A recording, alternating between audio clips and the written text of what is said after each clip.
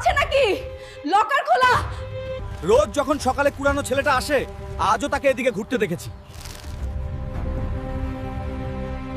তুই আবার উকিল বানবি? কবে ভেতরে গেলি? টাকা কোথায়? আমি যাইনি।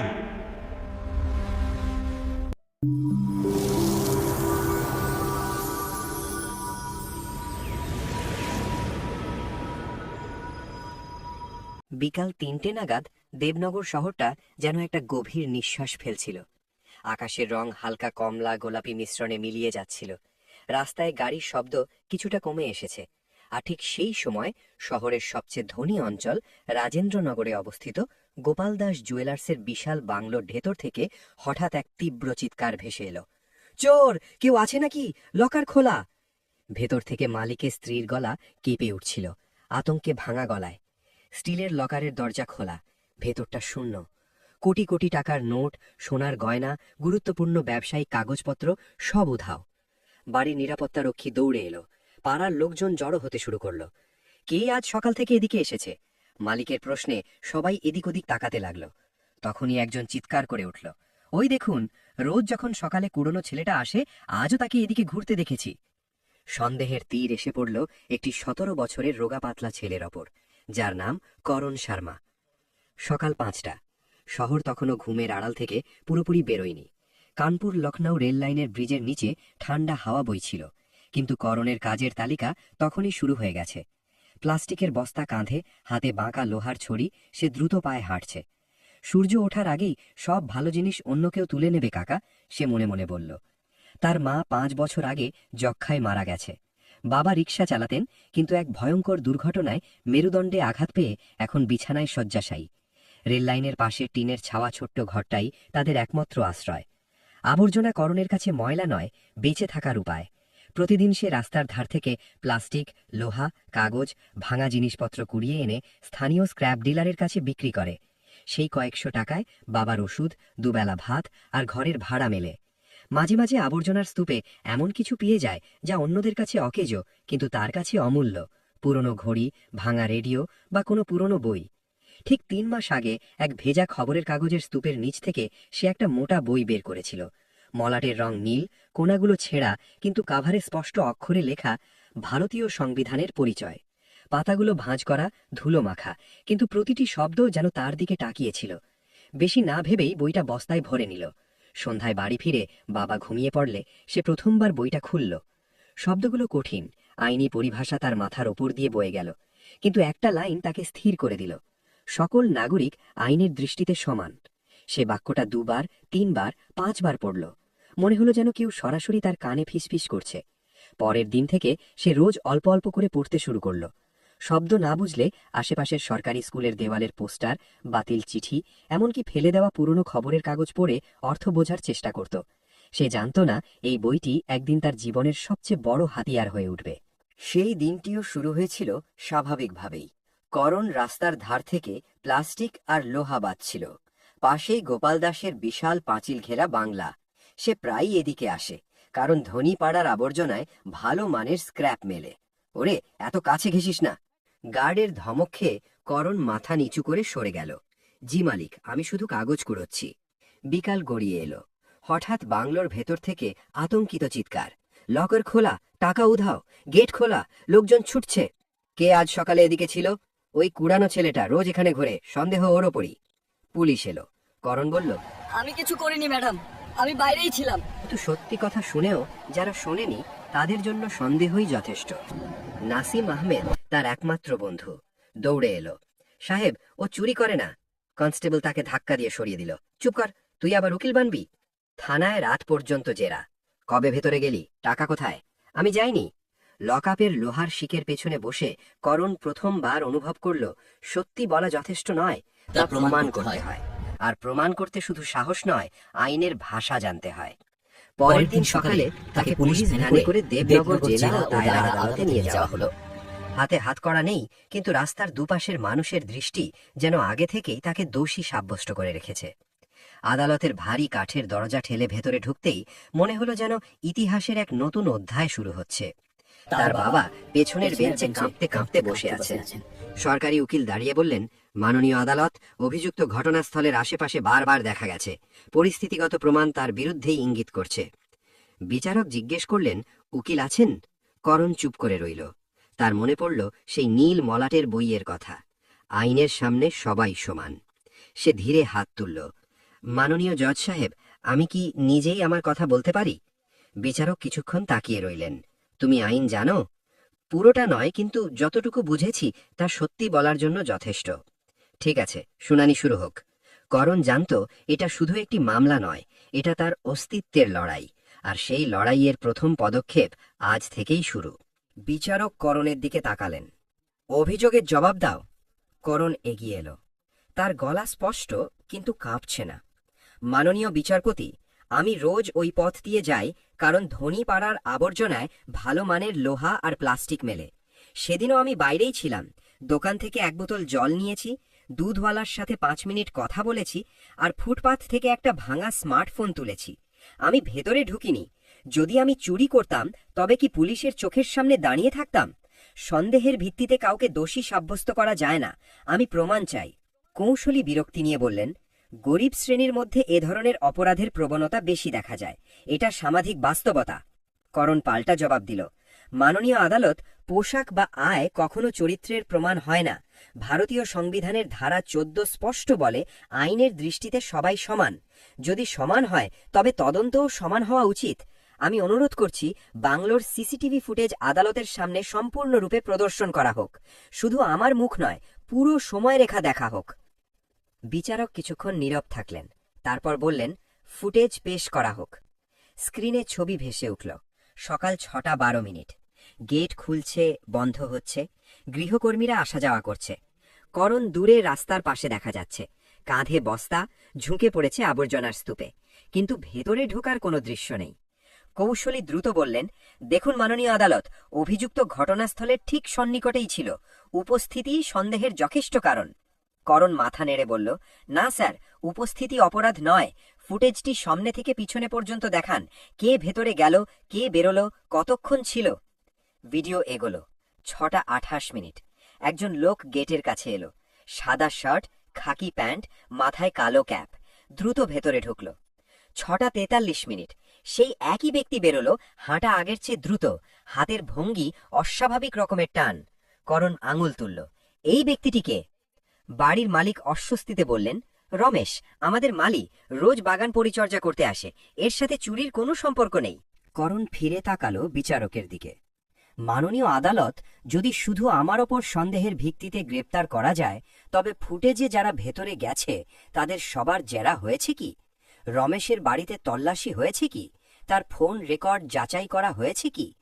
কৌশলী তাড়াহুড়ো করে বললেন, প্রাথমিক জেরায় কোনো সন্দেহজনক তথ্য পাওয়া যায়নি, তাই আর এগোনো হয়নি। করণ ফুটেজ আবার চালানোর অনুরোধ জানালো। এবার সে লক্ষ্য করল, ঠিক 6:35 বাংলোর ভেতরের আলো 3 সেকেন্ডের জন্য বন্ধ হয়ে গেল, তারপর আবার জ্বলে উঠল। করণ ধীরে বলল, মাননীয় বিচারপতি, লকার খোলার সময় যদি বিদ্যুৎ সংযোগ বিচ্ছিন্ন হয়ে থাকে, তবে তা কাকতালীয় নয়। লকারে ভাঙচুরের কোনো চিহ্ন নেই, অর্থাৎ পাসওয়ার্ড ব্যবহার করে খোলা হয়েছে। আর পাসওয়ার্ড শুধু সেই ব্যক্তিই জানে যার অ্যাক্সেস আছে বা যাকে বিশ্বাস করা হয়েছে। যদি তদন্ত শুধু আমার পোশাক দেখে হয়, তবে ফুটেজে দেখা অন্য ব্যক্তির ওপর একই সন্দেহ কেন প্রয়োগ করা হলো না? বিচারক মিশ্রের ভুরু কুঁচকে গেল। তিনি তদন্তকারী অফিসারের দিকে তাকালেন। রমেশের বাড়িতে সার্চ ওয়ারেন্ট জারি হয়েছে কি? তার আর্থিক লেনদেনের রেকর্ড আনা হয়েছে কি? অফিসার ঘাম মুছতে মুছতে বললেন, না স্যার, প্রাথমিক সন্দেহ শুধু অভিযুক্তের ওপরই ছিল। বিচারক গম্ভীর স্বরে বললেন, তদন্ত কখনো সন্দেহ দিয়ে শুরু হয় না, প্রমাণ দিয়ে শুরু হয়। আর প্রমাণ খোঁজা হলে তার সব সম্ভাব্য দিকে খোঁজা হয়, শুধু এক দিকে নয়। এই মুহূর্তে তদন্ত অসম্পূর্ণ ও পক্ষপাত দুষ্ট বলে প্রতীয়মান হচ্ছে। রমেশ এবং তার পরিবারের বিস্তারিত তদন্ত হবে। Phone call record, bank statement, CCTV time স্ট্যাম্পের সাথে মিলিয়ে প্রতিবেদন আদালতে পেশ করা হোক। আপাতত অভিযুক্ত করণ শর্মাকে ন্যায়িক হেফাজত থেকে মুক্ত দেওয়া হলো। পরের তারিখে চূড়ান্ত শুনানি হবে। গ্যাভেলের শব্দে আদালত স্থগিত। করণ বেরিয়ে এলো। হাতে হাত করা নেই, কিন্তু মনে এক নতুন ভার। বাবা বাইরে দাঁড়িয়েছিলেন, চোখে জল। করণ তার হাত ধরে বলল, বাবা, ভয় নেই, আজ প্রমাণ হল সত্যি বলা যথেষ্ট নয়, সঠিক প্রশ্ন করাও জরুরি। আদালতের বাইরে ভিড় জমেছে। খবর ছড়িয়ে পড়েছে স্ক্র্যাপ কুড়ানো ছেলে নিজেই তদন্তের ফাঁক ধরিয়েছে। কিছু মানুষ বিস্ময়ে, কিছু আদালতের নির্দেশে, আর কিছু সত্যিই জানতে চায় যে বিচার ব্যবস্থা কি সত্যিই সবার জন্য কাজ করে। করণ শান্ত। সে জানে এটা শেষ নয়, এটা শুধু শুরু। তদন্ত এখন নতুন দিকে মোড় নেবে, আর সে প্রস্তুত। পরবর্তী কয়েকদিন করণ সাধারণ জীবনে ফিরল। বাবার ওষুধ আনা, রিকশার ভাড়া দেওয়া, রেল লাইনের পাশে স্ক্র্যাপ বাছা, সব চলছে। কিন্তু প্রতিটি রাতে সে সেই নীল মলাটের বই খুলে বসে। ধারা 14, 21, 22, 68। সে শিখছে কিভাবে প্রশ্ন করতে হয়, কিভাবে প্রমাণের শৃঙ্খল ভাঙতে হয়, কিভাবে নীরবতাকে কথায় রূপান্তর করতে হয়। নাসিম এলো একদিন। তুই জানিস না কত বড় কাজ করেছিস? করণ হাসল। কিছু করিনি নাসিম, শুধু দেখেছিলাম যা সবাই দেখছে, কিন্তু ভাবছিলাম যা কেউ ভাবছে না। চূড়ান্ত শুনানির তারিখ ঘনিয়ে এলো। আদালতের বাইরে সাংবাদিকদের ভিড়, স্থানীয় এনজিও কর্মীরা, আইন কলেজের ছাত্রছাত্রীরা, সবাই অপেক্ষায়। করণ জানে আজ তদন্তের চূড়ান্ত রিপোর্ট পেশ হবে। রমেশের ভূমিকা স্পষ্ট হবে, আর সেই স্পষ্টতার উপরই নির্ভর করবে তাঁর ভবিষ্যৎ। সে দাঁড়ালো আদালতের সিঁড়িতে। বাতাসে একটা অদ্ভুত শীতলতা, কিন্তু বুকের ভেতর আগুন। কারণ সে বুঝে গেছে সন্দেহ সবসময় সহজ পথ বেছে নেয়, কিন্তু সত্যি কখনো হেরে যায় না, শুধু অপেক্ষা করে সঠিক প্রশ্নের জন্য। দেবনগর জেলা ও দায়রা আদালতের কক্ষ নম্বর 3-এর বাতাস আজ ভারী ও উত্তেজনায় টান টান। চূড়ান্ত শুনানির দিন। হলরুমের পুরনো বেঞ্চগুলো ভরে গেছে সাংবাদিক, স্থানীয় এনজিও কর্মী, আইন কলেজের ছাত্রছাত্রী এবং কৌতূহলী সাধারণ মানুষে। করণ দাঁড়িয়ে আছে ঠিক একই জায়গায়, কিন্তু আজ তার চোখে আর সেই প্রথম দিনের আতঙ্ক নেই। তার হাতে একটা ছোট খাতা, যেখানে গত কয়েক সপ্তাহে সে আদালতের কার্যক্রম, সাক্ষ্যের তারিখ, প্রশ্নের খসড়া আর সংবিধানের ধারাগুলো যস্বত্নে লিখে রেখেছে। বিচারপতি বি.কে. মিশ্র বেঞ্চে বসলেন। গ্যাভেলের এক আওয়াজে নীরবতা নেমে এলো, যেন পুরো কক্ষটি নিঃশ্বাস রোধ করে রেখেছে। আজ চূড়ান্ত শুনানি। তদন্তকারী সংস্থার প্রতিবেদন ও চূড়ান্ত প্রমাণ পেশ করুন, বিচারক নির্দেশ দিলেন। পুলিশ ইন্সপেক্টর রাজেশ কুমার দাঁড়ালেন, হাতে একটা মোটা নীল ফাইল, তার কপালে ঘামের ফোঁটা। মাননীয় আদালত, প্রাথমিক তদন্তে অভিযুক্ত করণ শর্মার বিরুদ্ধে কোনো প্রত্যক্ষ প্রমাণ বা চুরির সরঞ্জাম পাওয়া যায়নি। তবে ঘটনাস্থলের নিকটবর্তী থাকায় ও স্থানীয়দের বয়ানের ভিত্তিতে তাকে প্রাথমিক সন্দেহভাজন হিসাবে চিহ্নিত করা হয়েছিল। বিচারক ভ্রু কুঁচকালেন। নিকটবর্তী থাকা কি অপরাধ? তদন্ত কি শুধু সন্দেহের উপর ভিত্তি করে এগিয়েছিল, নাকি প্রমাণের শৃঙ্খল খোঁজার চেষ্টা হয়েছে? আপত্তি মাননীয় আদালত, সরকারি কৌশলী দ্রুত বললেন। তদন্তের প্রাথমিক পর্যায়ে সীমিত সম্পদ, সময়ের চাপ ও প্রাথমিক সাক্ষ্যের পরিপ্রেক্ষিতে। করণ এগিয়ে এলো, তার গলা স্পষ্ট, স্থির। মাননীয় বিচারপতি, আমি শুধু একটি প্রশ্ন করব। যদি সত্যিই তদন্ত নিরপেক্ষ হতো, তবে সিসিটিভিতে যিনি 15 মিনিট ভেতরে ছিলেন তার বাড়িতে তল্লাশি হতো না? তার ফোন রেকর্ড যাচাই হতো না? অথচ আমাকে লকআপে পাঠানো হলো শুধু এই কারণে যে আমি ফুটপাথে থাকি, কাঁধে বস্তা বই আর পোশাক মলিন। ভারতীয় সংবিধানের ধারা 14 স্পষ্ট বলে, রাষ্ট্র কোনো ব্যক্তিকে আইনের সমান আশ্রয় দিতে ব্যর্থ হতে পারে না। আর ধারা 21 বলে, জীবন ও ব্যক্তিগত স্বাধীনতা রাষ্ট্রের হস্তক্ষেপ মুক্ত। আমার আর্থিক অবস্থা কি আমার বিরুদ্ধে প্রমাণ হতে পারে, নাকি গরিবই এখানে অপরাধ হিসাবে গণ্য হয়েছে? হলরুমে গভীর নিস্তব্ধতা নেমে এলো। বিচারপতি মিশ্রের চোখে গাম্ভীর্য ও এক ধরনের শ্রদ্ধার ছায়া ফুটে উঠল। তিনি সরাসরি তদন্তকারী অফিসারের দিকে তাকিয়ে বললেন, ইন্সপেক্টর, রমেশ মালির বিরুদ্ধে কি প্রমাণ পেয়েছেন? বিস্তারিত বলুন। ইন্সপেক্টর ফাইল খুললেন। কাগজপত্রের খসখস শব্দ ছাড়া সবাই অপেক্ষা করছিল। মাননীয় আদালত, রমেশের ছোট ভাই বিক্রমের বাড়ি থেকে 8 লক্ষ টাকা নগদ উদ্ধার হয়েছে। কল রেকর্ডে দেখা গেছে চুরির আগের রাতে রমেশ ও বিক্রমের মধ্যে 7 বার ফোনালাপ হয়েছে, প্রতিটি 10 মিনিটের বেশি। লকারে ভাঙচুরের কোনো চিহ্ন নেই, পাসওয়ার্ড দিয়েই খোলা হয়েছে। রমেশ গত মাসে মালিকের কাছ থেকে লকারের পাসওয়ার্ড জানতে পেরেছিল, যখন মালিক তাকে জরুরি বাগানের কাজে ভেতরে পাঠিয়েছিলেন। তদন্ত প্রতিবেদনে স্পষ্ট উল্লেখ আছে যে লকারের ডিজিটাল লগে রমেশের প্রবেশের সময়সীমার সাথে বিদ্যুৎ বিচ্ছিন্নতার সময় মিলে গেছে। করণ চোখ তুলে তাকালো। মাননীয় আদালত, যদি পাসওয়ার্ড দিয়েই খোলা হয়, তবে তদন্ত শুরু হওয়া উচিত ছিল সেই লোকের ওপর যার কাছে পাসওয়ার্ড ছিল বা যার প্রবেশাধিকার ছিল। অথচ পুলিশ প্রথমেই আমাকে ধরে নিয়ে গেল। কেন? কারণ আমার পোশাক ময়লা? কারণ আমি রেল লাইনের পাশে থাকি, কারণ আমার কোনো উকিল নেই? ন্যায় বিচার কখনো সামাজিক শ্রেণীর ওপর নির্ভর করে না, তা নির্ভর করে প্রমাণ, যুক্তি আর নিরপেক্ষ তদন্তের ওপর। বিচারপতি মিশ্র গভীর শ্বাস ফেললেন। এই মামলায় তদন্তের প্রাথমিক ধারায় স্পষ্ট পক্ষপাতের প্রভাব দেখা গেছে। গরিবী বা সামাজিক অবস্থান কখনো অপরাধের প্রমাণ নয়। পুলিশের দায়িত্ব হলো প্রমাণ খোঁজা, নয়তো সম্ভাব্য সন্দেহভাজনদের ওপর আস্থা স্থাপন করে নিরীহদের জীবন ঝুঁকিতে ফেলা। এই আদালত তদন্ত সংস্থাকে কঠোরভাবে সতর্ক করছে যে ভবিষ্যতে যেন সামাজিক অর্থনৈতিক প্রেক্ষাপটকে তদন্তের দিক নির্দেশনা হিসেবে ব্যবহার না করা হয়। আইন অন্ধ, কিন্তু যারা আইন প্রয়োগ করে তাদের চোখ খোলা রাখা কর্তব্য। গ্যাভেল আবার বাজল। ধ্বনিটা যেন আদালতের দেয়াল ভেদ করে বাইরের পৃথিবীতে ছড়িয়ে পড়ল। আদালতের রায় এই: অভিযুক্ত করণ শর্মার বিরুদ্ধে আনা সমস্ত অভিযোগ প্রমাণিত হয়নি, তাকে তাৎক্ষণিকভাবে খালাস দেওয়া হলো। রমেশ ও তার ভাই বিক্রমের বিরুদ্ধে চুরি, ষড়যন্ত্র ও প্রমাণ ধ্বংসের মামলা রুজু করে দ্রুত বিচারের ব্যবস্থা করা হোক। তদন্তকারী সংস্থা ভবিষ্যতে নিরপেক্ষতা ও পেশাদারিত্ব বজায় রাখবে বলে আদালত আশা করে। হলরুমে দীর্ঘশ্বাস পড়ল। কেউ হাততালি দিল না, কিন্তু চোখের কোণে জল দেখা গেল।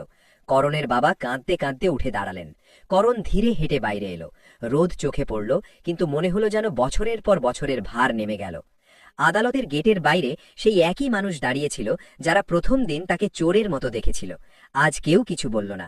দুধওয়ালা রমাকান্ত এগিয়ে এলো, হালকা গলায় বলল, করণ, ধারটা এখনো বাকি আছে, কিন্তু আজ ওটা ভুলে যা। তুই শুধু বাঁচলি না, তুই আমাদেরও শিখিয়ে গেলি। পুলিশ রমেশকে হাতকড়া পরিয়ে নিয়ে যাচ্ছিল। যেতে যেতে সে একবার করণের দিকে তাকালো। চোখে অনুশোচনা, ভয় আর এক অদৃশ্য হার। করণ মাথা নিচু করল না, কিন্তু চোখ ফিরিয়েও নিল না। সে জানত প্রতিশোধ নয়, ন্যায় শেষ কথা। পরের দিন সকাল আবার এলো। রেল লাইনের পাশের টিনের ঘরে বাবার ওষুধ, চায়ের কাপ আর সেই নীল মলাটের বই। করণ জানে জীবন বদলায়নি, কিন্তু তার দৃষ্টিভঙ্গি বদলে গেছে। সে জানে আওয়াজ ততক্ষণই ছোট থাকে যতক্ষণ তাকে ব্যবহার না করা হয়। 3 দিন পর এক ভদ্রলোক তার ঘরে এলেন।